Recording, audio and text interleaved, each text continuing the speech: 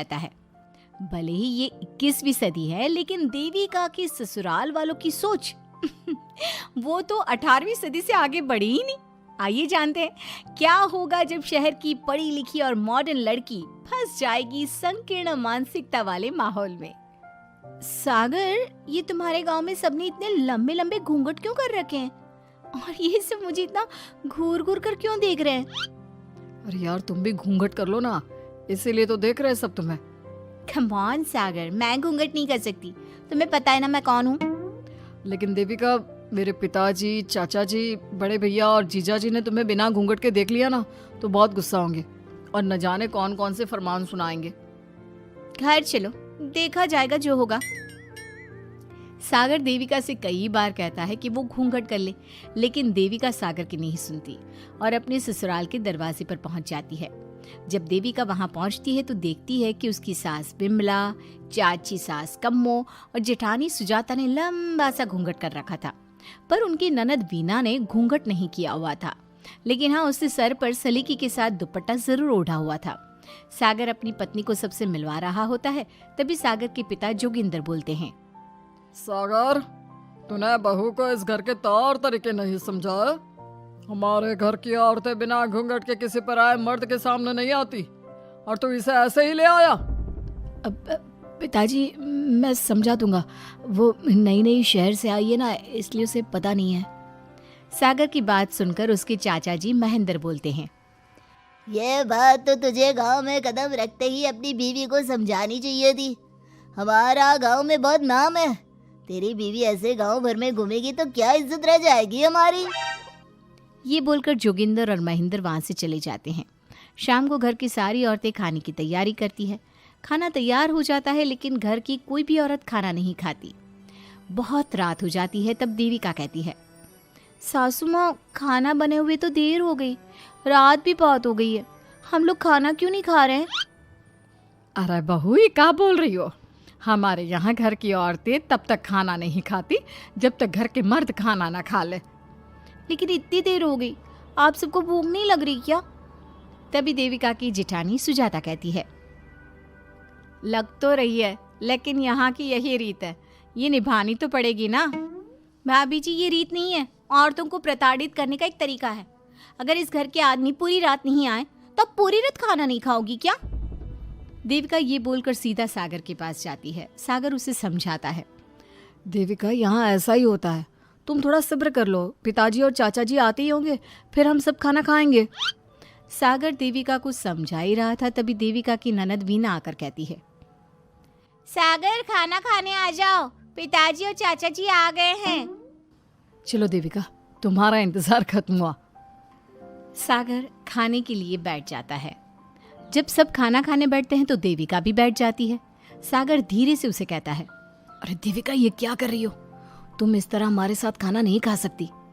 मगर क्यों सागर, मुझे भूख लगी है, सब लोग खा रहे हैं तो मैं क्यों नहीं खा सकती? ये हमारे घर का नियम है, पहले घर के आदमी खाते हैं और बाद में औरतें। लेकिन सागर, हमारे घर में तो ऐसा कोई नियम नहीं है। देविका और सागर में बहस छिड़ जाती है। तब सागर का बड़ा भाई कहता है, सागर, तेरी बीवी को एक बार में समझ में नहीं आता क्या कि इस घर की औरतें मर्दों के खाना खाने के बाद ही खाना खा सकती है? भैया, मैं देविका को यही समझा रहा था। मुझे तो लग रहा है कि इसके दिमाग में कोई बात ही नहीं बैठती एक बार में। भैया, मेरे दिमाग में बात तब बैठेगी ना जब आपकी बात कोई ढंग की होगी। अरे आखिर क्यों घर की औरतों को आप लोगों की बात खाना मिलेगा? हाँ, अब से पहले घर की किसी औरत ने घर की किसी मर्द से इस लहजे में बात नहीं की थी, इसलिए वो सब देविका की बात सुनकर हैरान रह गए।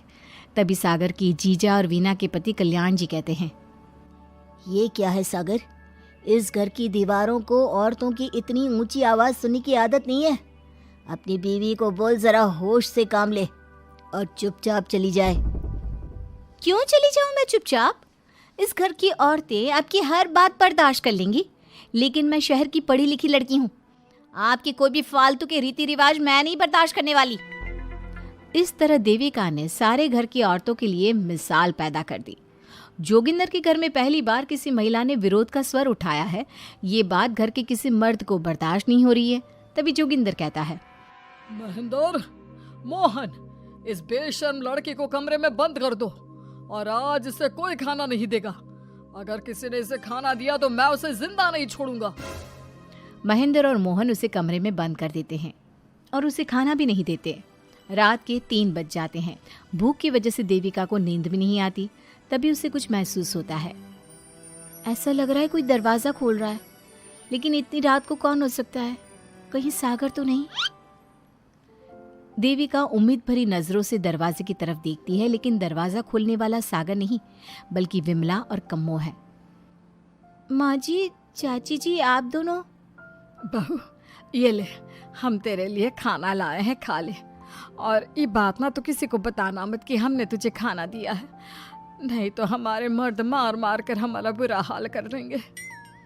माँ जी, आप यहाँ इतना घुट घुट कर क्यों रहती हो? देविका, अब तू भी इस घर की बहू है, तू भी हमारी तरह रहना सीख ले। इस घर के कायदे कानून अपना ले। इस घर के मर्द तो कभी बदलने वाले हैं नहीं बहू, तो तू ही बदल ले अपने आप को। माँ जी, बदलाव अच्छे के लिए हो तो हमें बदलना चाहिए। बेकार और बेतुकी बातों का तो विरोध करना चाहिए। दोनों ने देविका को समझाने की कोशिश की, लेकिन देविका ने उल्टा उन्हें ही समझा दिया। इसी तरह एक दिन देविका किसी बात पर जोर जोर से हंस रही थी। तभी देविका की सास विमला ने उसे टोकते हुए कहा, अरे बहू, तू इतनी जोर जोर से क्यों हंस रही है? हमारे घर की औरत इतनी जोर जोर से नहीं हंसती।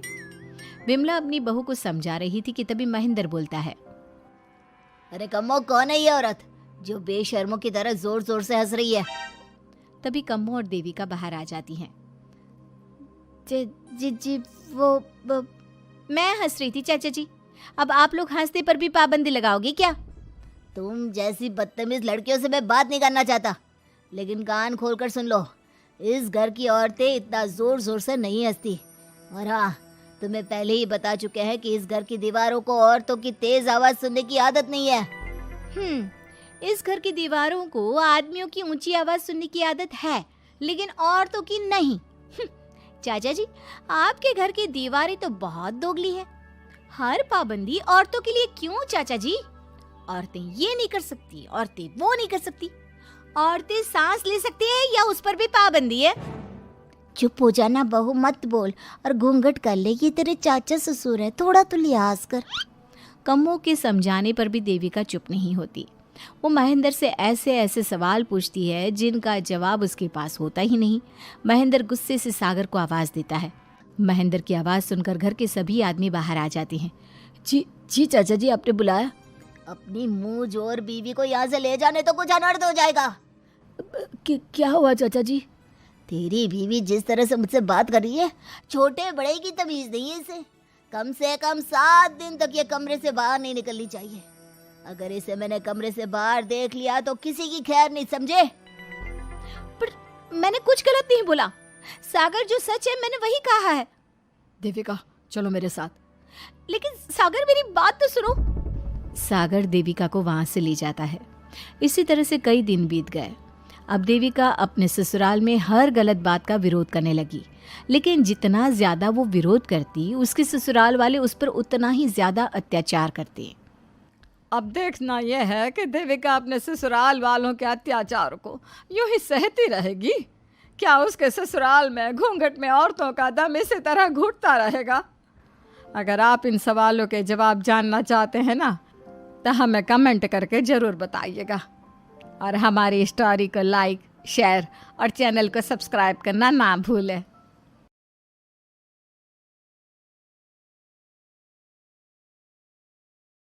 इसका घूंघट पार्ट 2। पिछले अंक में हमने देखा कि देविका अपने ससुराल में हर गलत बात का विरोध करती, तो उसकी वजह से देविका पर उसके ससुराल वाले बहुत अत्याचार करने लगे। एक दिन देविका ने सचिन से कहा, सचिन, मैं तुम्हारे घर में नहीं रह सकती। तुम मुझे आज ही मेरे घर शहर भेज दो। मैं अपने मम्मी पापा के पास रहूंगी। क्यों देविका, तुम शहर क्यों जाना चाहती हो? यहाँ तुम्हें किस बात की परेशानी है? किस बात की परेशानी नहीं है सचिन? तुम्हारे घर के आदमी औरतों के साथ जानवरों जैसा व्यवहार करते हैं। मैं ऐसे माहौल में नहीं रह सकती। देखो देविका, तुम्हें यहीं रहना होगा। तुम्हारी शादी मुझसे हो गई है, अब मैं तुम्हारा पति हूँ और यही तुम्हारा घर है। अच्छा, तो तुम्हें याद है कि मैं तुम्हारी पत्नी हूँ? जब तुम्हारे पिताजी और चाचा जी मुझे एक एक हफ्ते के लिए कमरे में बंद कर देते हैं, तब तुम्हें क्यों याद नहीं आता कि जो औरत कमरे में बंद है वो तुम्हारी पत्नी है। जब तुम्हारे जीजाजी और भाई मुझसे बदतमीजी से बात करते हैं, मुझे खाने के लिए कुछ नहीं देते, तब भी तुम्हें याद नहीं आता कि मैं तुम्हारी पत्नी हूँ। देखो देविका, तुम बेकार की बातें मत करो। तुम यहाँ ढंग से रहोगी, सबकी बात मानोगी तो कोई तुम्हें कुछ नहीं कहेगा। इस तरह जानवर की तरह रहना, ढंग से रहना है तो सॉरी सचिन, मैं नहीं रह सकती। मैं आज ही अपने घर जाऊंगी। ये बोलकर देविका अपना सामान पैक कर लेती है और घर से जाने लगती है। सचिन भी उसके पीछे पीछे चलता है और उसे समझाने की कोशिश करता है। जब ये सब जोगिंदर ने देखा तो बोल पड़ा, बहू, यह सब क्या हो रहा है? कहाँ जा रही हो? सचिन, बताओ अपने पिताजी को कि कहाँ जा रही हूँ मैं। तुम्हें शर्म नहीं आती अपने पति का नाम लेते हुए? मैं अपने पति का नाम ले रही हूँ, इसमें आपको क्या परेशानी है? आपका नाम तो नहीं ले रही हूँ ना। देविका, ये किस तरह से बात कर रही हो तुम पिताजी से? जिस तरह से करनी चाहिए उस तरह से कर रही हूँ बात। इससे अच्छी तरह से मैं तुम्हारे घर के किसी भी आदमी से बात नहीं कर सकती। तीनों की बात सुनकर घर के बाकी लोग भी वहां आ जाते हैं। तभी जोगिंदर कहता है, हमारे घर की औरतें अपने मर्दों का नाम नहीं लेती। तुम्हारे शहर में होता होगा, लेकिन हमारे यहाँ पर ऐसा कुछ नहीं होता। बहू, सचिन तुम्हारा पति है, तुम उसका नाम मत लिया करो। तुम अपने पति का नाम लेने की जगह ए जी, ओ जी, सुनो जी कहा करो। पति ना परमेश्वर होता है। तो परमेश्वर का तो हम नाम लेते हैं। क्यों माँ जी, क्या आप अपने इष्ट देव का नाम नहीं लेती? माँ जी, ये सब इन पुरुषों के बनाए तौर तरीके हैं, औरतों को दबाने के लिए। ये बेशर्म लड़की ऐसा नहीं सुधरेगी। ये हमारे घर की औरतों को भड़का रही है। सचिन, तुम इसे चुप कराओगे या फिर मैं करूं? नहीं नहीं पिताजी, मैं अभी समझा देता हूँ। चलो देविका अंदर, और कितना तमाशा बनाओगी मेरा। सचिन, मैं अंदर नहीं बाहर जाऊंगी। अब मैं यहाँ नहीं रह सकती। देविका की बात सुनकर महेंद्र कहता है, भाई साहब, ये लड़की इस घर से और गांव से बाहर ना जानी चाहिए, नहीं तो हमारे घर और गांव की औरतें भी ऐसी ही हरकतें करेंगी। वो भी मर्दों के खिलाफ बगावत करेंगी। और मैं भी देखती हूँ कि मुझे घर से बाहर जाने से कौन रोकता है। बहू, इनसे बहस करने का कोई फायदा नहीं। तुम अंदर चलो। इस गांव के मर्दों के अंदर बहुत अहंकार भरा हुआ है। देविका किसी की बात नहीं सुनती और अपना सामान उठाकर घर से बाहर जाने लगती है। तभी वहां मोहन और कल्याण आते हैं। कल्याण देविका के हाथ में से उसका सूटकेस छीन लेता है और मोहन देविका को जोरदार थप्पड़ मारता है। देविका का सर दीवार में लगता है और वो बेहोश हो जाती है। देविका, देविका तुम ठीक तो हो? भैया, आपकी हिम्मत कैसे हुई मेरी पत्नी पर हाथ उठाने की? सचिन, तुम जल्दी से देविका भाभी को अंदर कमरे में ले जाओ। मैं अभी वैद्य जी को लेकर आती हूँ। वीना जल्दी से वैद्य जी को लेकर आती है। वैद्य जी थोड़ी देर तक देविका की जांच करते हैं और कहते हैं, मुबारक हो आप सबको, आपकी बहू माँ बनने वाली है। अभी तो मैं आपको दवाई दे देता हूँ, लेकिन आगे इनके इलाज के लिए आपको दाई अम्मा को बुलाना होगा। ये बात सुनकर घर के सभी लोग खुश होते हैं। देविका को जब होश आता है, उसे ये बात पता चलती है तो वो बहुत खुश होती है। वो सबसे कहती है, मैं अपने बच्चे को यहाँ नहीं रख सकती। क्यों बहू, क्या हुआ? अब तुम ये सब बातें मत सोचो, तुम्हें आराम करना चाहिए। नहीं माँ जी, आप नहीं समझ रही। अगर मेरा बेटा हुआ तो इस घर के मर्दों की तरह अहंकारी और औरतों पर जुल्म करने वाला बनेगा, और अगर मेरी बेटी हुई तो वो जानवरों की तरह जुल्म सहने वाली बनेगी, और दोनों ही अनपढ़ रहेंगी। देविका की बात सुनकर घर की सभी औरतों को पहली बार एहसास हुआ कि वो किस अंधकार वाले समाज में जी रही हैं। लेकिन फिर भी घर की सारी औरतें उसे ही समझाती हैं। बहू देखो, तुम्हारी बात सही है, लेकिन तुम इस हालत में सफर नहीं कर सकती। हाँ बहू, तुम यहीं रहो, अपना और अपने बच्चे का ख्याल रखो। देखो ना देविका भाभी, हमें बिल्कुल भी पढ़ना लिखना नहीं आता, अपना नाम भी नहीं लिख पाते, तो आप मुझे थोड़ा पढ़ा दीजिए ना। देविका, तुम्हारी बातें सुनकर पहली बार हमें एहसास हुआ है कि कैसे माहौल में हम जी रहे हैं। तुमने हमारे अंदर उम्मीद की नई रोशनी पैदा की है। यहाँ से मत जाओ तुम। देविका ने घर की औरतों की बात सुनी तो उसका दिल पसीज गया। उसने गांव में ही रहने का फैसला लिया। वो अपने घर की औरतों को रोज पढ़ाती, उन्हें अपने अधिकारों के बारे में, देश के बारे में बताती। इसी तरह कई दिन बीत गए और एक दिन सुजाता ने सचिन से कहा, सचिन, देविका की तबीयत ठीक नहीं, तुम जल्दी जाकर दाई अम्मा को बुला लाओ ना। भाभी, दाई अम्मा क्या कर लेंगी? आप किसी डॉक्टर को बुला लो, मेरी तबीयत ठीक नहीं है। देविका, गांव के लोग डॉक्टर पर भरोसा नहीं करते। दाई अम्मा बरसों से ये काम कर रही है, वो तुम्हें ठीक कर देगी। सचिन, तुम्हारे घर वाले अनपढ़ हैं, तुम तो पढ़े लिखे हो ना, देख नहीं रहे मेरी हालत क्या हो रही है। तभी तो बोल रहा हूँ, समय बर्बाद मत करो, मैं अभी आता हूँ। सचिन दाई अम्मा को बुलाकर ले आता है। दाई अम्मा घरेलू नुस्खों से देविका का इलाज तो कर देती है। कुछ समय के लिए उसकी हालत भी स्थिर हो जाती है, लेकिन वो पूरी तरह से ठीक नहीं होती। फिर देविका सचिन से कहती है, सचिन, मुझे समझ में नहीं आ रहा तुम मुझे डॉक्टर के पास क्यों नहीं ले जा रहे? मैं माँ बनने वाली हूँ और मुझे ये भी नहीं पता कि मेरा हेमोग्लोबिन कितना है। दाई अम्मा कर रही है ना तुम्हारा इलाज। लेकिन दाई अम्मा को कुछ समझ में ही नहीं आ रहा कि मेरे साथ क्या हो रहा है। अगर देखो तुम मुझे नहीं लेकर गए ना तो मैं खुद ही चली जाऊंगी। अगले दिन देविका की तबीयत दोबारा बिगड़ जाती है और दाई अम्मा के किसी भी नुस्खे से वो ठीक नहीं हो रही थी। देविका ने सारी हिम्मत जुटाई और वो अकेले ही डॉक्टर के पास जाने लगी। उसे देखकर मोहन कहता है, बहू, इस हालत में कहाँ जा रही हो? आप लोगों के भरोसे रही ना तो आप लोग मुझे मार ही डालोगे। डॉक्टर के पास जा रही हूँ मैं।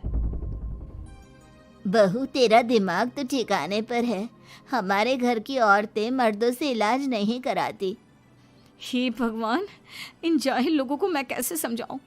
डॉक्टर औरतें भी होती हैं। बहू, तो हमें पागल मत बना, हमने तो कभी कोई महिला डॉक्टर नहीं देखी। तू झूठ बोलकर निकलना चाहती है ना? इस गांव की सरहद से आप लोग कभी बाहर नहीं गए ना, इसलिए आप लोगों को नहीं पता कि महिलाएं डॉक्टर के अलावा क्या क्या है। ए लड़की, तुझसे तमीज से बात कर रहे हैं तो तू ज्यादा हवा में मत उड़। बोला ना एक बार, चल अंदर जा। चाचा जी, मैं अंदर नहीं जाऊंगी, डॉक्टर के पास जाऊंगी। मेरा इलाज सिर्फ डॉक्टर ही कर सकता है। ये बोलकर देविका घर से निकल रही थी कि तभी जोगिंदर ने उसे कमरे में ले जाकर बेड पर जोर से धक्का दे दिया, जिसकी वजह से देविका के पेट में चोट लग गई और वो दर्द की वजह से जोर जोर से चिल्लाने लगी। ये देखकर घर की सारी औरतें देविका को संभालने लगी। देविका, हिम्मत रखो, सब ठीक हो जाएगा। देविका भाभी, आप ठीक हो ना? माँ, कुछ करिए ना, भाभी की तबीयत बहुत खराब हो रही है। लेकिन मैं क्या कर सकती हूँ? भाभी, कुछ तो करो, कहीं बहू को कुछ हो ना जाए। उधर जोगिंदर मेन गेट पर बड़ा सा ताला लगा देता है और कहता है, आज के बाद इस घर से कोई भी औरत बाहर नहीं निकलेगी। देविका का बच्चा भी इसी घर में होगा, ये जिंदा रहे या मर जाए। जोगिंदर की बात सुनकर सभी औरतें बाहर आती हैं।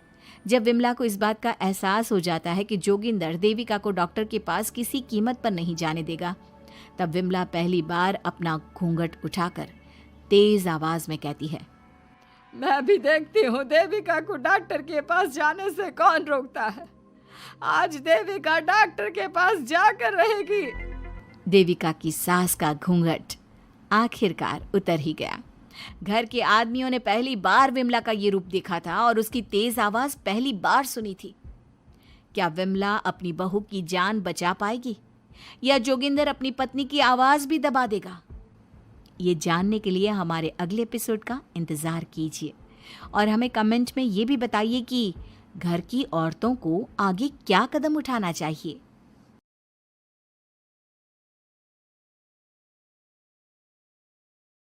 सास का घूंघट पार्ट 3। अब तक हमने देखा कि देविका की हालत बहुत नाजुक है, लेकिन घर के आदमी उसे डॉक्टर के पास नहीं जाने दे रहे और जोगिंदर ने घर के मेन गेट पर बहुत बड़ा ताला लगा दिया है। लेकिन देविका की सास विमला पहली बार घूंघट उठाकर समाज के बनाए नियम का उल्लंघन करती है और देविका की जान बचाने की कोशिश में जुट जाती है।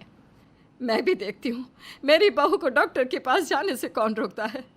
देखो सचिन के बापू, दरवाजे की चाबी दे दो मुझे। तुम्हारा दिमाग ठिकाने पर है, पहले सर पर पल्लू रखो और अंदर जाओ। आज तक मैंने आपका हर गलत फैसला सर झुकाकर स्वीकार कर लिया, लेकिन आज मैं आपकी एक बात नहीं सुनूंगी। मुझे मेरी बहू की किसी भी कीमत पर जान बचानी है। मुझे चाबी दे दीजिए। पिताजी, माँ ठीक बोल रही है, चाबी दे दीजिए ना, नहीं तो देविका नहीं बचेगी। देविका मरती है तो मर जाए, लेकिन यह दरवाज़ा नहीं खुलेगा। तुम सारी औरतों को इस देविका नाम की बीमारी ने पागल कर दिया है, और इस बीमारी का अच्छी तरह से इलाज करना आता है मुझे। वीना बेटी, सुजाता बहू, जाओ अंदर से देविका को लेकर आओ। विमला ये बोलकर अपने पति के हाथ से चाबी छीन लेती है। तभी महेंद्र विमला का हाथ पकड़कर चाबी विमला से छीन लेता है। भाभी, घर के मर्दों से टक्कर लेकर आप अच्छा नहीं कर रही हो, ये इस घर के संस्कार नहीं है। महेंद्र की बात सुनकर कम्मू अपने पति के हाथ से चाबी छीनकर कहती है, इस घर के संस्कार क्या है हम अच्छी तरह से जान गए हैं। आज इस घर का दरवाज़ा खुलकर रहेगा और देविका डॉक्टर के पास जाकर रहेगी। भाभी, ये लो दरवाज़ा खोलो। विमला ताला खोल देती है। तभी वीना और सुजाता देविका को लेकर आ जाती हैं। घर की सारी औरतें देविका को लेकर घर से जा रही होती है कि तभी सुजाता का पति मोहन उससे कहता है, सुजाता, तुम देविका को लेकर इस घर से निकल तो रही हो, लेकिन याद रखना, अगर तुमने एक कदम भी बाहर निकाला तो वापस इस घर में मत आना। मैं देविका के साथ अस्पताल भी जाऊंगी और वापस इस घर में भी आऊंगी। देखती हूँ कौन रोकता है मुझे। देखता हूँ कैसे इस घर के अंदर कदम रखती हो और कौन तुम्हारी मदद करता है। कानून मेरी मदद करेगा और कारट के दरवाजे हर नागरिक के लिए खुले हैं। मोहन को अपनी पत्नी से इस तरह बात करता देख कल्याण वीना से कहता है, वीना, तुमने देविका का साथ देकर अच्छा नहीं किया। अगर तुम अभी भी इसके साथ गई तो अपना और मेरा रिश्ता खत्म समझना। मुझे कोई फ़र्क नहीं पड़ता तुमने आज तक किया ही क्या है मेरे लिए। तुम खुद घर जमाई बनकर मेरे घर में रह रहे हो। कभी 100 रुपये की साड़ी दिलाई है मुझे? मेरे आने से पहले मेरा घर छोड़कर निकल जाना, समझे? ये बोलकर वीना और घर की सभी औरतें देविका को अपने साथ अस्पताल ले जाती है। वहाँ जाने के बाद डॉक्टर जल्दी से देविका का चेकअप करता है। चेकअप करने के बाद वो गुस्से से कहता है, ये क्या किया है तुमने? क्या हुआ डॉक्टर साहब?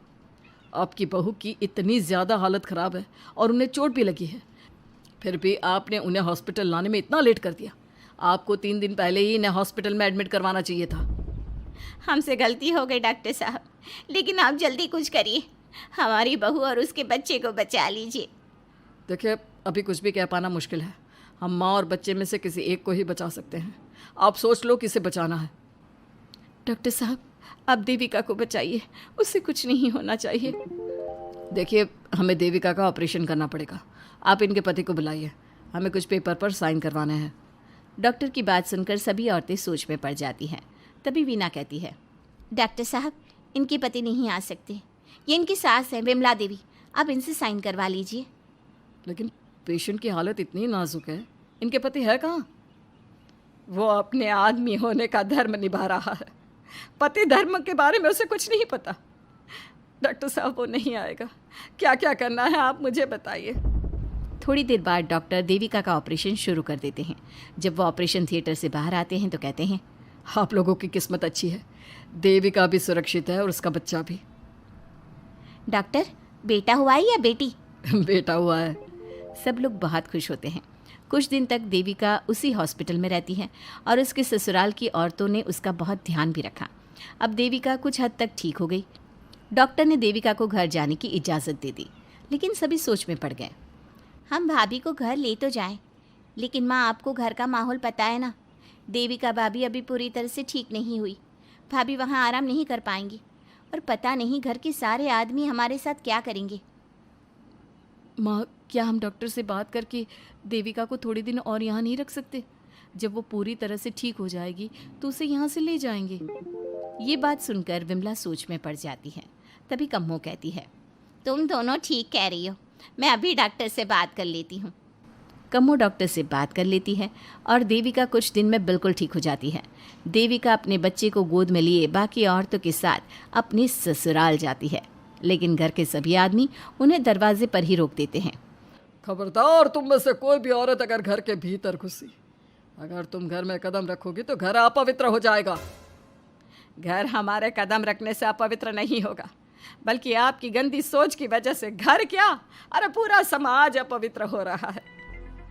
सुजाता, मैंने मना किया था ना घर से बाहर जाने के लिए। अब एक काम कर, जैसे ही यहाँ आई है वैसे ही यहाँ से सीधा अपने मायके लौट जा। क्यों जी, क्यों चली जाऊँ मैं अपने मायके? मैं जब तक चाहूँ यहाँ रह सकती हूँ। अगर आपने मुझे इस घर में आने से रोका तो मैं आपकी पुलिस में शिकायत कर दूँगी। वीना, इन सब की तरह तुम्हारा भी दिमाग खराब हो गया है। अब मैं तुम्हें बिल्कुल बर्दाश्त नहीं करूँगा। तुम्हें ऐसी सज़ा दूंगा कि तुम याद रखोगी। सज़ा बाद में देना, पहले मेरे घर से बाहर निकलो। खुद पूरी ज़िंदगी में एक घर नहीं खरीद पाए और मुझे सबक सिखाने की बात बोल रहे हो। देखो वीना, तुम इस घर की बेटी ज़रूर हो, लेकिन कल्याण इस घर में ही रहेगा। उसने बहुत कुछ किया है इस घर के लिए, लेकिन तुम अब यहाँ नहीं रह सकती। क्यों नहीं रह सकती? इस घर पर मेरा उतना ही हक है जितना सचिन का। देश के कानून ने मुझे ये हक दिया है। अगर मैं चाहूँ तो कोर्ट का सहारा लेकर इस जायदाद का आधा हिस्सा ले सकती हूँ। और हाँ कल्याण, तुमसे तलाक भी ले सकती हूँ। वीना, देविका के साथ रह रहकर तुम्हारा दिमाग भी खराब हो गया है। और कम्मो, मैंने तुमसे कितना मना किया, घर से बाहर मत जाओ, देविका की मदद मत करो, लेकिन तुमने मेरी एक नहीं सुनी। अब तुम इस घर से और मेरी ज़िंदगी से चली जाओ। ये कदम उठाकर तुमने बिल्कुल अच्छा नहीं किया। ये कदम तो मुझे उस समय उठाना चाहिए था जब मैं माँ बनने वाली थी। आपके झूठे अहंकार और गलत नियमों की वजह से मैंने अपने 2 बच्चे खो दिए। अगर उस समय मैं दाई अम्मा से इलाज ना कराती और हॉस्पिटल चली जाती तो सचिन के बराबर मेरे भी 2 बेटे होते। सभी पति इस बात पर अड़े हुए थे कि वो अपनी अपनी पत्नियों को घर के अंदर नहीं आने देंगे। देविका बहुत देर तक सबकी बातें सुनती रही। फिर उसने अपने पति से कहा, सचिन, तुम्हारे घर के आदमियों की बात तो मैंने सुन ली। अब तुम बताओ, तुम्हारा क्या फैसला है? देविका, मुझे माफ़ कर दो। मैं तुम्हारे लिए कुछ नहीं कर सकता। मैं मजबूर हूँ। मुझे पता था सचिन, तुम्हारा यही जवाब होगा। मुझे अपने आप पर हैरानी है कि मैंने बिना रीढ़ की हड्डी वाले आदमी से प्यार ही क्यों किया, शादी क्यों की। अब मैं आप सबसे बस आखिरी बार पूछ रही हूँ, तुम हमें अंदर आने दे रहे हो या नहीं, या मैं पुलिस को फ़ोन करूँ? देविका, आज तक हमारे गांव में पुलिस ने कभी कदम नहीं रखा और तू हमारे घर के दरवाजे पर पुलिस को लेकर आएगी? तेरी हिम्मत कैसे हुई ये बात करने की? आज तक इन औरतों ने घर से बाहर कदम नहीं निकाला था और 2-4 दिन में तूने इन सबको इनके अधिकार भी याद करा दिए। अब तो तुम बिल्कुल इस घर में नहीं आ सकते। घर की औरतें घर के बाहर खड़ी थी और घर के आदमी घर के दरवाजे पर।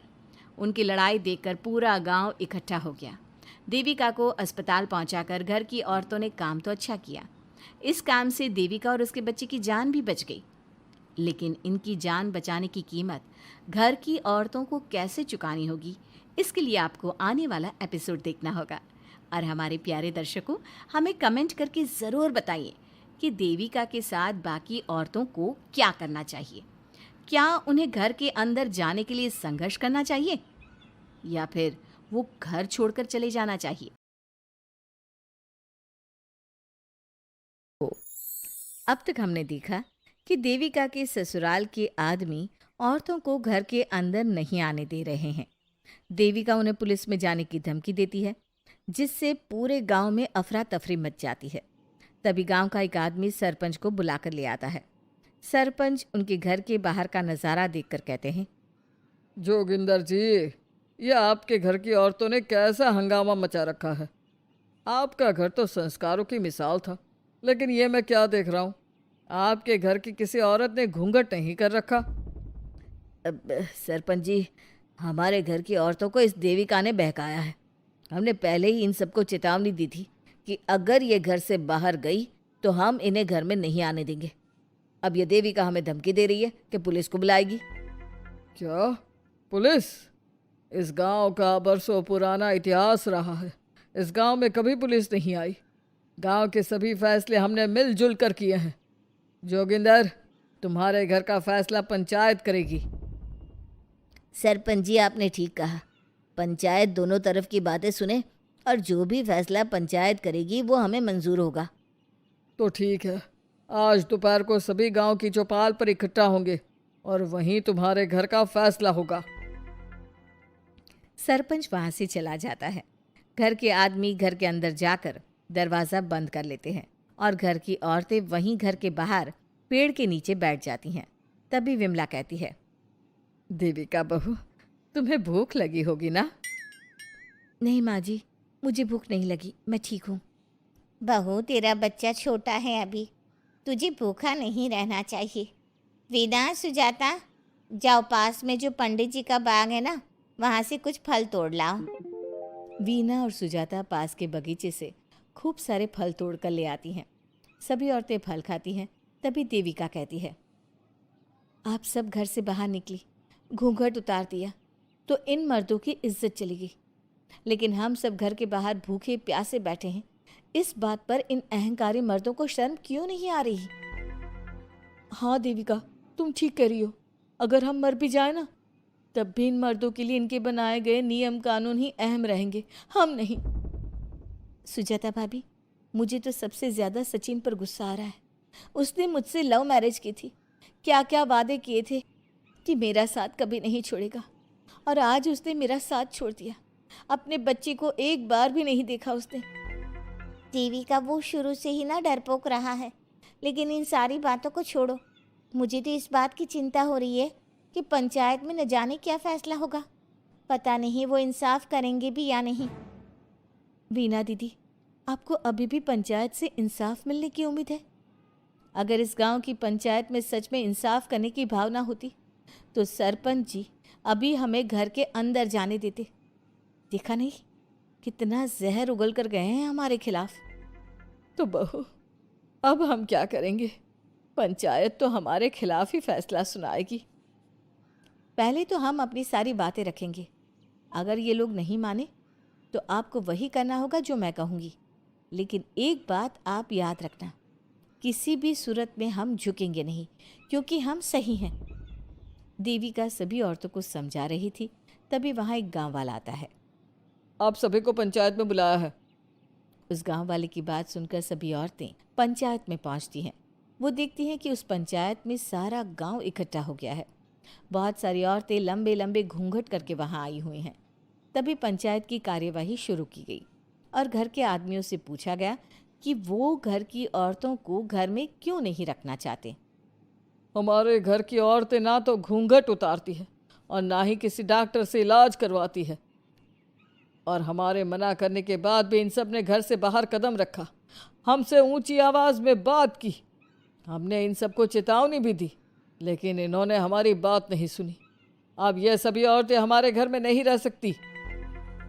अब औरतें अपना पक्ष रखें। ये कानून की किस किताब में लिखा है कि औरतों को घूंघट करना चाहिए?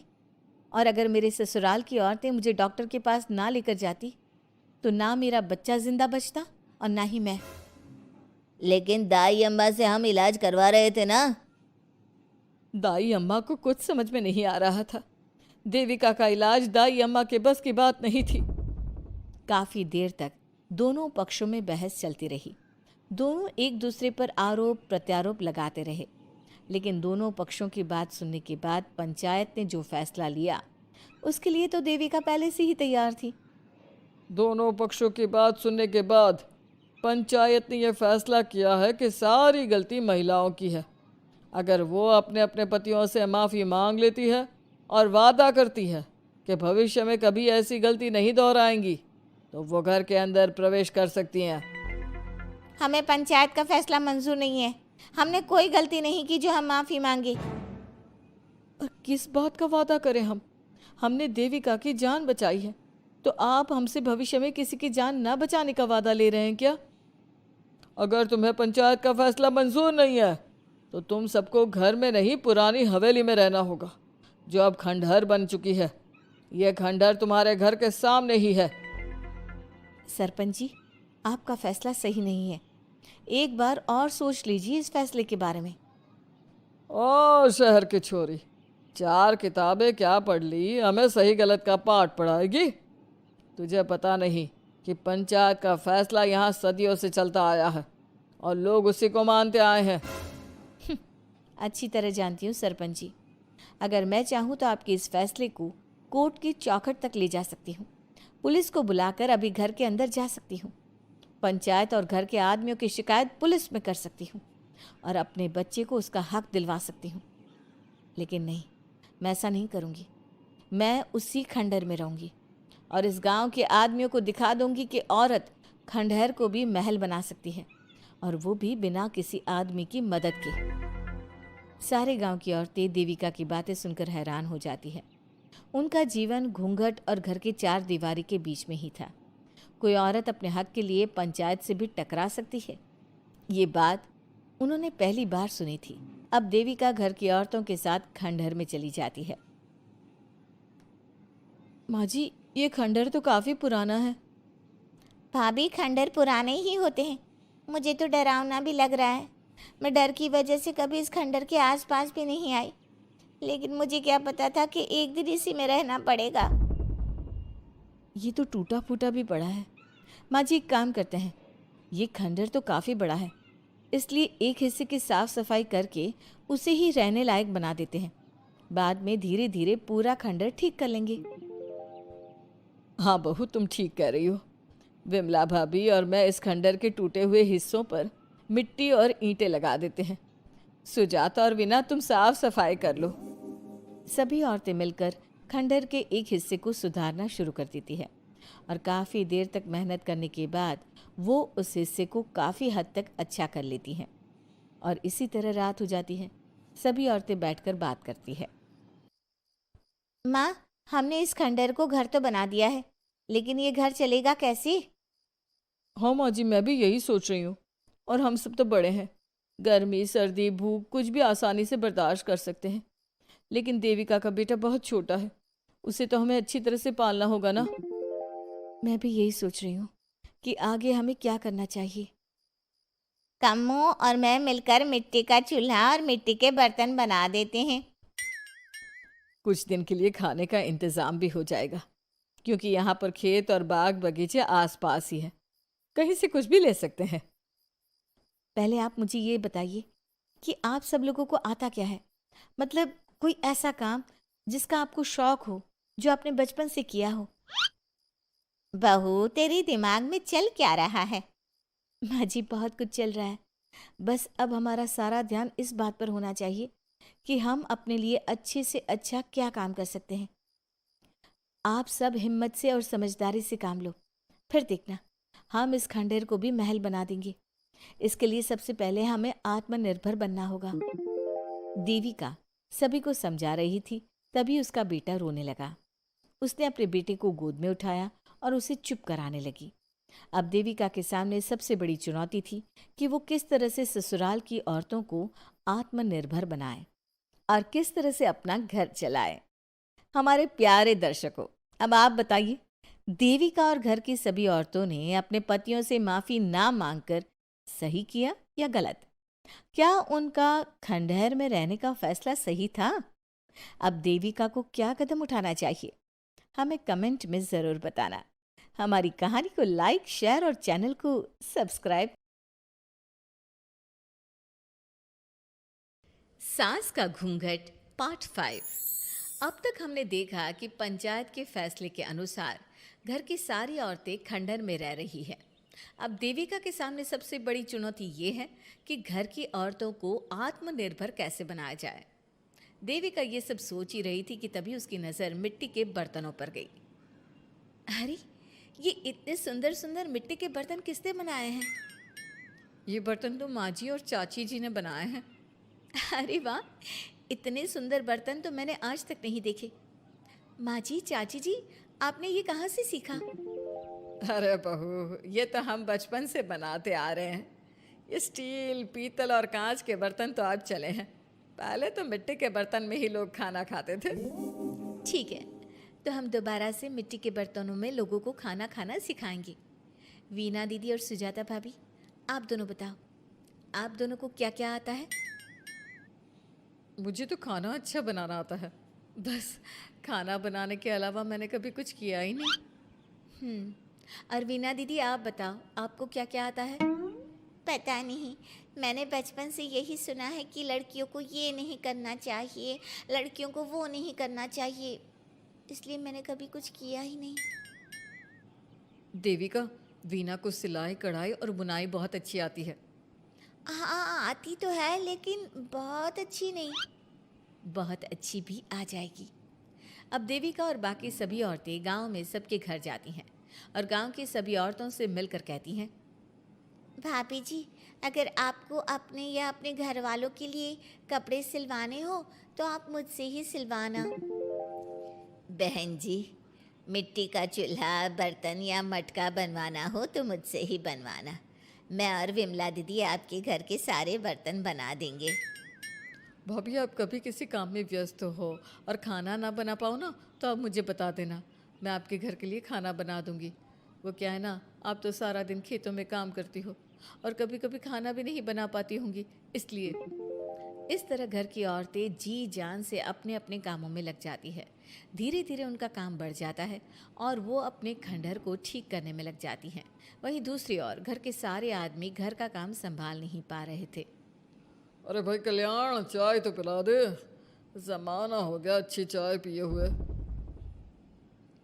आप भी ना घर के दामाद से क्या क्या काम करवाते हैं। अभी लाता हूँ चाय।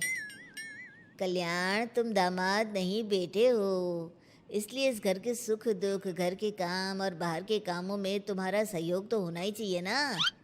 इतने में कल्याण चाय बनाकर ले आता है। जैसे ही सचिन चाय पीता है तो उसके मुंह से चाय निकल जाती है। जीजा जी, ये क्या बनाया है, इतनी कड़वी चाय? इससे अच्छा तो करेले का जूस होता है। देख सचिन भाई, मैं तो ऐसी ही चाय बनाता हूँ, पीनी है तो पी, नहीं पीनी है तो अपने आप बना ले। मैं खाना बनाने जा रहा हूँ और अकेला नहीं बना सकता, आप में से कोई मेरी मदद करो।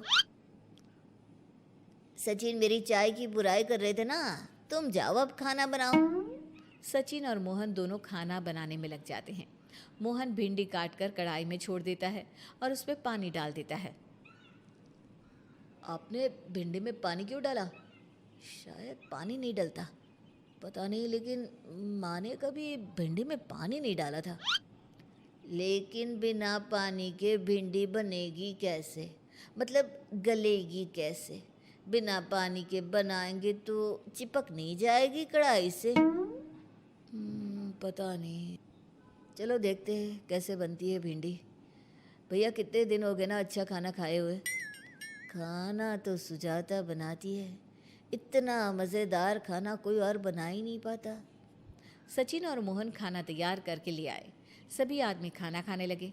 खाना बना तो बहुत बुरा था, लेकिन किसी ने बिना कुछ कहे खाना खा लिया। तभी जोगिंदर ने कहा, घर की हालत कितनी बुरी हो रही है, जगह जगह जाले लगे हैं। 2 दिन से तो किसी ने झाड़ू भी नहीं लगाई घर की। हाँ, और घर में गंदे कपड़ों के ढेर लगे हैं। मेरे पास तो यह आखिरी कुर्ता ही बचा है पहनने के लिए। कल्याण, मोहन, तुम किसी नौकर को रख लो ना। हमने 1-2 लोगों से बात की थी नौकर के लिए, लेकिन कोई घर में काम करने के लिए तैयार ही नहीं है।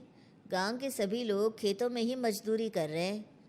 घर के सभी आदमी घर के काम में लगे रहते हैं, तो वो अपने खेतों पर भी ध्यान नहीं दे पाते और उन्हें हर महीने आर्थिक रूप से नुकसान उठाना पड़ता है।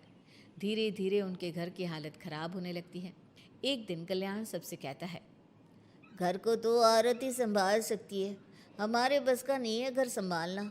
हमें किसी तरह से उस सब को वापस इस घर में लाना ही होगा।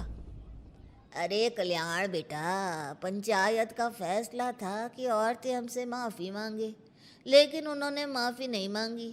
अब हम उन्हें बुलाने गए तो उल्टा हमें ही अपनी अपनी पत्नियों से माफ़ी मांगनी पड़ेगी। हमें कोई ऐसा रास्ता निकालना होगा कि वो मजबूर हो जाए हमारे पास आने के लिए। बापू, उन सभी ने अपने अपने काम शुरू कर दिए हैं, क्यों ना हम सबके काम में नुकसान कर दे, इससे वो मजबूर हो जाएंगे हमारे पास आने के लिए। भैया, ये कैसी बात कर रहे हो? इससे वो मजबूर नहीं होंगी बल्कि और भी ज़्यादा गुस्सा हो जाएंगी। मैं तो बोल रहा हूँ शराफत से जाकर माफ़ी मांग लेते हैं। मुझे यकीन है कोई माफ़ करे ना करे, माँ तो ज़रूर हमें माफ़ कर देंगी। नहीं सचिन, अगर हमने माफ़ी मांगी तो ये सारी औरतें हमारे सर पर चढ़कर नाचेंगी। हमें इनके सामने छोटा नहीं होना है। मोहन, कल्याण, तुम दोनों आज से ही काम शुरू कर दो। बस फिर क्या था, घर के सभी आदमी लग गए काम पर। मोहन और कल्याण रात को खंडहर में पहुंचे और उन्होंने सारे मिट्टी के बर्तन तोड़ दिए। उसके बाद वीना ने जो कपड़े तैयार करके रखे थे वो सारे कपड़े उन्होंने फाड़ दिए। सुबह जब घर की औरतों ने ये सब देखा तो परेशान हो गई। अरे ये सारे बर्तन किसने तोड़ दिए? माँ, किसी ने मेरे सिले हुए कपड़े ही फाड़ दिए। ये हरकत कौन कर सकता है? और कौन करेगा भाभी, ये सब उन आदमियों की हरकत है। जब किसी तरह से हमें झुका नहीं पाए तो हमारे काम बिगाड़कर हमें परेशान कर रहे हैं। सभी औरतें दुगनी तेजी से काम में लग गई। उन्होंने दिन रात मेहनत की और उस खंडहर को महल की तरह बना दिया। उनके काम की तारीफ सुनकर दूर दूर के गांव से लोग आने लगे और उनसे अपना काम करवाने लगे। एक दिन सभी औरतें बैठकर खाना खा रही थी, तभी विमला ने देविका से कहा, देविका, हम कभी सोच भी नहीं सकते थे कि हम अपनी मेहनत से अपने लिए इतना बड़ा और इतना अच्छा घर बना लेंगे। देविका बहू, आज हमें इस बात का एहसास हो रहा है कि हम तो सिर्फ सांस ले रहे थे, जीना तो हमें तुमने सिखाया है। मुझे तो अब भी यकीन नहीं हो रहा कि मेरे पति की पहचान के अलावा भी मेरी कोई पहचान है। गांव के सब लोग मुझे सिर्फ मोहन की पत्नी के रूप में जानते थे, लेकिन अब सारा गांव मुझे जानता है। देविका, मैं कुछ ही दिन में इस गांव में एक अच्छा सा होटल खोलूंगी और मैं एक बुटीक खोलूंगी। मैं यहाँ गांव की लड़कियों के लिए एक स्कूल खोलना चाहती हूँ, यही मेरा सपना है। सभी औरतें खाना खाकर सो जाती है। रात बहुत ज़्यादा हो गई है, लेकिन देविका को नींद नहीं आ रही थी। तभी उसे किसी के कदमों की आवाज़ सुनाई दी। पहले तो देविका थोड़ी डर गई, लेकिन उसने हिम्मत करके उठकर देखा तो उसके सामने सचिन खड़ा था। सचिन, तुम यहाँ क्या कर रहे हो? कहीं तुम मेरा कोई नुकसान तो करने नहीं आए? मेरे पास तो किताबों के अलावा कुछ नहीं है, फाड़ना चाहो तो फाड़ सकते हो। देविका, मैं तुम्हारा कोई नुकसान करने नहीं आया हूँ, बस तुमसे माफ़ी मांगने आया हूँ। क्या? रात के अंधेरे में चोरों की तरह तुम मुझसे माफ़ी मांगने आए हो? प्लीज़ देविका, माँ और चाची को समझाओ कि वो बापू और चाचा जी से माफ़ी मांग ले और तुम सबको लेकर घर आ जाए। सचिन, तुम भी तो अपने बापू और चाचा को अपने साथ ला सकते थे ना, और माँ और चाची से माफ़ी मंगवा सकते थे ना। प्लीज़ देविका, मुझे माफ़ कर दो और घर चलो। कैसे माफ़ कर दूँ सचिन? तुमने मुझे मरने के लिए छोड़ दिया। अगर माँ और चाची हिम्मत करके मुझे अस्पताल ना ले जाती तो आज मैं और मेरा बच्चा जिंदा ना होते। ना तुम मुझे अस्पताल में देखने आए और ना ही अस्पताल से आने के बाद मेरा हाल चाल पूछा। मुझे तो छोड़ो, तुमने अपने बच्चे का चेहरा तक नहीं देखा और तुम मुझसे उम्मीद कर रहे हो कि मैं तुम्हें माफ़ कर दूँ? कभी नहीं सचिन। देखो देविका, हम सबको बहुत नुकसान हो रहा है। घर के काम की वजह से हम बाहर के काम पर ध्यान नहीं दे पा रहे। घर और जिंदगी दोनों अस्त व्यस्त है। वो इसलिए कि तुम सब आदमी संगठित नहीं हो, अपना दिमाग और ऊर्जा हमें परेशान करने में लगा रहे हो। और हम औरतें संगठित हैं, हम अपना दिमाग और ऊर्जा अपनी प्रगति में लगा रहे हैं। इसलिए हमने खंडहर को भी महल की तरह कर दिया और तुम्हारी हवेली खंडहर की तरह लगती है। सचिन देविका से बार बार माफ़ी मांग रहा है। क्या सचिन को अपनी गलती का सच में पछतावा है, या फिर ये घर के आदमियों की कोई नई चाल है? ये जानने के लिए आपको हमारे आने वाले एपिसोड का इंतज़ार करना होगा। और हाँ, कमेंट करके हमें ये भी ज़रूर बताइए कि क्या देविका को सचिन को माफ़ कर देना चाहिए? क्या उसे सब कुछ भूल कर सचिन के साथ अपना घर बसाना चाहिए, या फिर सचिन को भूल जाना चाहिए? आज का घूंघट पार्ट 6। अब तक हमने देखा कि रात के अंधेरे में चुपके से सचिन देविका से माफी मांगने जाता है, लेकिन देविका कहती है, सचिन, मेरे लिए सबसे बड़ी चीज मेरा आत्मसम्मान है, इसलिए मैं तुम्हें माफ नहीं कर सकती। अब तुम यहां से जा सकते हो। देविका, एक बार मुझे मेरे बच्चे से तो मिलने दो। मैंने अभी तक उसे देखा भी नहीं है। कौन सा बच्चा सचिन? वही बच्चा जिसे तुमने और तुम्हारे बाप ने अपने घर के अंदर तक नहीं घुसने दिया। आज अचानक बच्चे की याद कैसे आ गई? देखो सचिन, चले जाओ यहां से। मेरे बच्चे के सामने और मेरे सामने फिर कभी मत आना। सचिन जब घर जाता है तो घर के सभी आदमी उसे डांटने लगते हैं। इतनी रात को कहाँ गया था सचिन? देविका से माफी मांगने। तुझे शर्म नहीं आई अपनी बीवी से माफी मांगते हुए? घर की इज्जत का कुछ ख्याल है कि नहीं? लेकिन चाचा जी, आखिर अपनी ही पत्नी से माफी मांगने में कैसी शर्म? लो जी लो, नवाबजादे पूछ रहे हैं कि कैसी शर्म। अरे मुझे अभी तक यह समझ में नहीं आता कि देविका तेरी पत्नी है या तू देविका की पत्नी है। जीजा जी, पति पत्नी एक समान होते हैं और माफी मांगने से कोई छोटा बड़ा नहीं होता। काश मैंने पहले अपनी पत्नी का साथ दिया होता। आज मैं आखिरी बार आपको समझा रहा हूं कि आप सब भी अपनी पत्नियों से माफी मांग लो। देविका ने तो मुझे माफ नहीं किया, शायद माँ, चाची, भाभी और दीदी ही आप सबको माफ कर दे। सचिन सभी को समझाने की बहुत कोशिश करता है, लेकिन कोई भी उसकी बात नहीं सुनता। वहीं दूसरी ओर सुजाता के हाथ का बना खाना सारे गांव में फेमस हो गया था, तो उसने एक बहुत अच्छा सा होटल खोल दिया। देविका, मैं चाहती हूँ मेरे होटल की सबसे पहली ग्राहक तुम ही हो, क्योंकि तुम्हारी वजह से ही आज मैं अपना खुद का होटल खोल पाई हूँ। क्यों नहीं भाभी, लेकिन भाभी आपको अब अपने होटल में ना सिर्फ इंडियन खाना बनाना है, बल्कि इटालियन, चाइनीज और फ्रेंच खाना भी बनाना होगा। सुजाता सभी औरतों को अपने होटल का खाना खिलाती है। खाना खाने के बाद कम्मो कहती है, अरे बहू, इतना अच्छा खाना तो मैं भी नहीं बना सकती। तू तो वो हो गई, क्या कहते हैं उसे? मास्टर शेफ चाची जी। हाँ, मास्टर शेफ। बहू, अब तेरा होटल चलेगा नहीं बल्कि दौड़ेगा।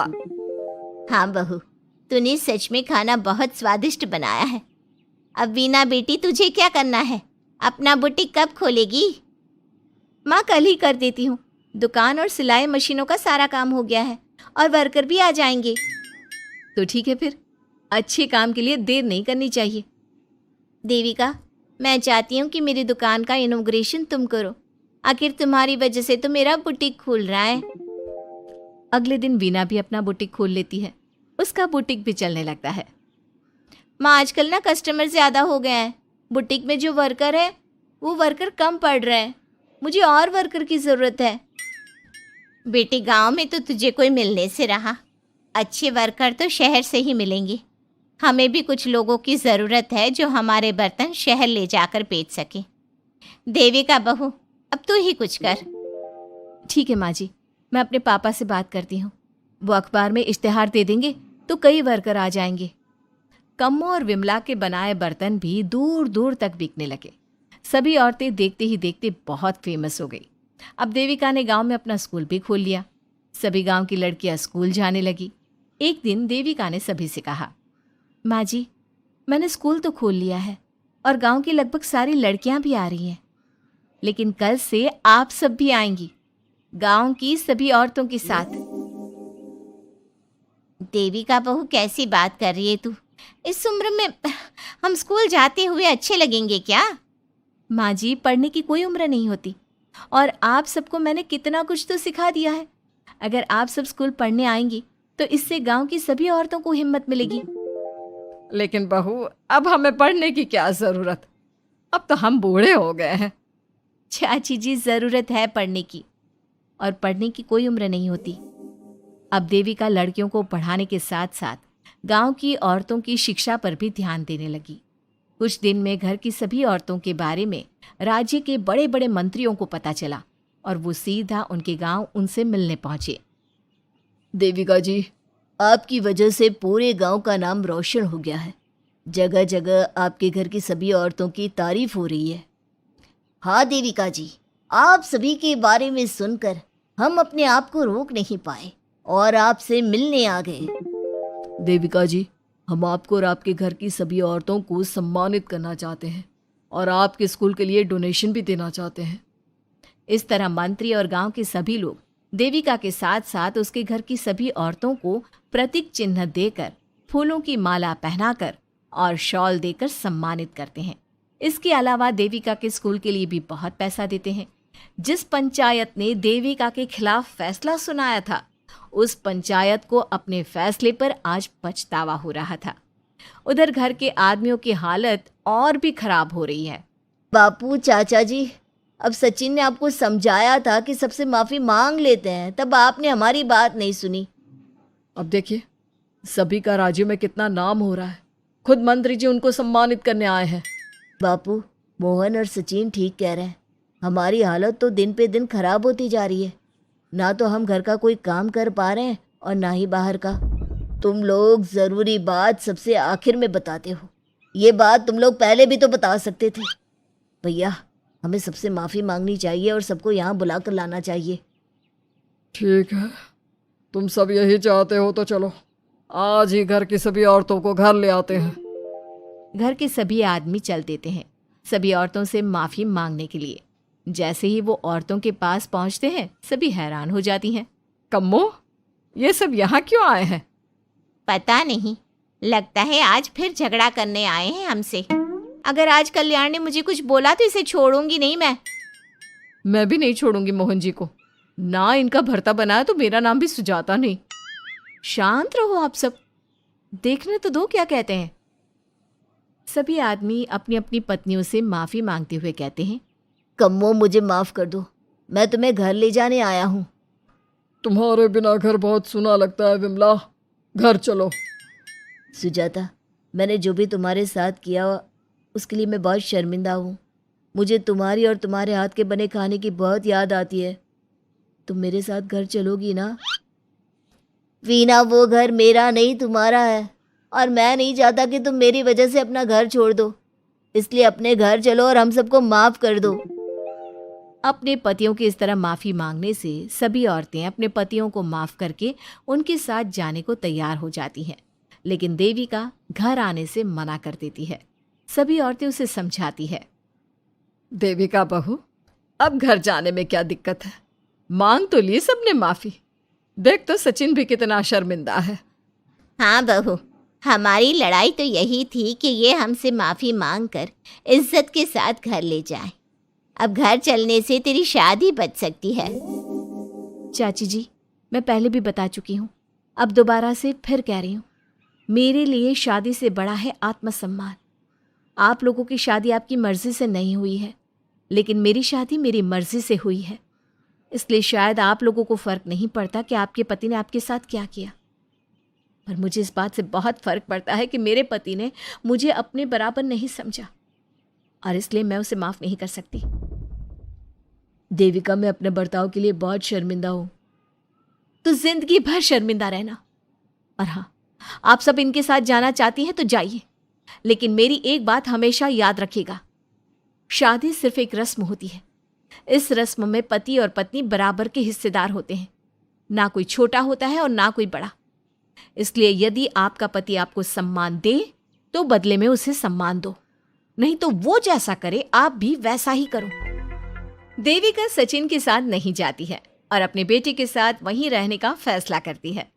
अब वो न सिर्फ अपने गांव बल्कि हर जगह जाकर महिला शिक्षा और उनके अधिकारों का प्रचार करती है। हमारे प्यारे दर्शकों, हमें कमेंट करके ज़रूर बताएं कि देविका का ये फैसला आपको कैसा लगा और हमारी कहानी सास का घूंघट आपको कैसी लगी। इसी तरह की मज़ेदार कहानी सुनने के लिए हमारे चैनल को सब्सक्राइब ज़रूर करें।